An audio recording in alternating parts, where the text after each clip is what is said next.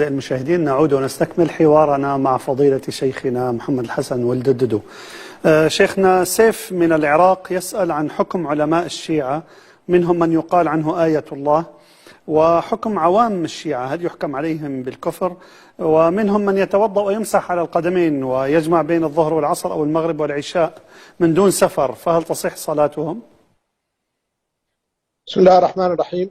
بالنسبة للطوائف لا يمكن أن يحكم عليها حكما واحدا، لأنها لا تبعث يوم القيامة. في يوم القيامة لا يبعث الناس إلا فرادا، وكلهم آتيه يوم القيامة فردا. يوم تأتي كل نفس تجادل عن نفسها، فكل إنسان سيبعث وحده يوم القيامة، فينظر إلى حاله هو. والتكفير حكم قضائي ينظر فيه القاضي، فإذا ثبت لديه أن شخصا ما، سواء كان آية أو ليس كذلك في أي مستوى من المستويات، ثبت لديه أنه ارتكب مكفرا، سواء كان ذلك في قول أو فعل أو اعتقاد، وقامت عليه الحجة وتحققت فيه شروط التكفير السبعة، فإنه يكفره القاضي ويحكم بكفره، وحينئذ يكون حكمه في الدنيا والآخرة هو الكفر بحسب حكم القاضي.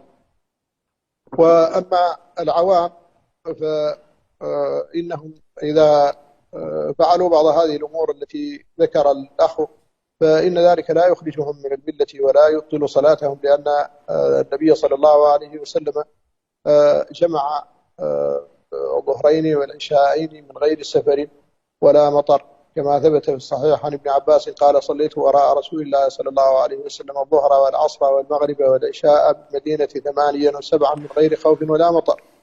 قيل: ولما؟ قال: أراد أن لا يحرج أمته. فهنا قال بالمدينة، فدل ذلك على أنه في الحضر وليس في السفر، وقال من غير خوف ولا مطر.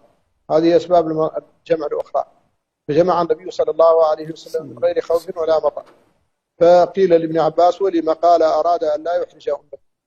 والحنفية يرون جواز الجمع الصوري، وهو تأخير الظهر إلى آخر وقتها، وتعجيل العصر إلى أول وقتها، وتأخير المغرب إلى آخر وقتها، وتعجيل العشاء إلى أول وقتها.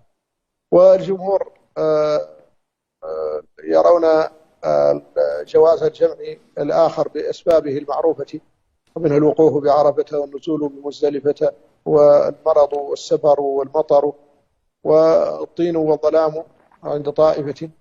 وقد رأى شيخ الإسلام ابن تيمية أن حديث ابن عباس محمول على الشغل، فرأى أن الإنسان إذا كان مشغولا، كما إذا كان لديه عمليات جراحية أو لديه صناعة معينة أو لديه أمر يشق عليه قطعه، فإنه يجوز له هذا الجمع.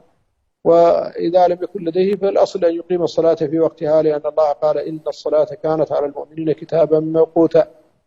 أما الذين يمسحون على الأرجل دون خفاف ودون جوارب، فهؤلاء إذا كانوا مقلدين وكانوا عواما يقلدون أشياخهم في ذلك فهم معذورون، فهم بمثابة المسيء في صلاته. وقد قال له النبي صلى الله عليه وسلم: ارجع صلي فإنك لم تصل. ومع ذلك لم يأمره بقضاء شيء بما مضى، بل علمه للمستقبل فقط. جميل.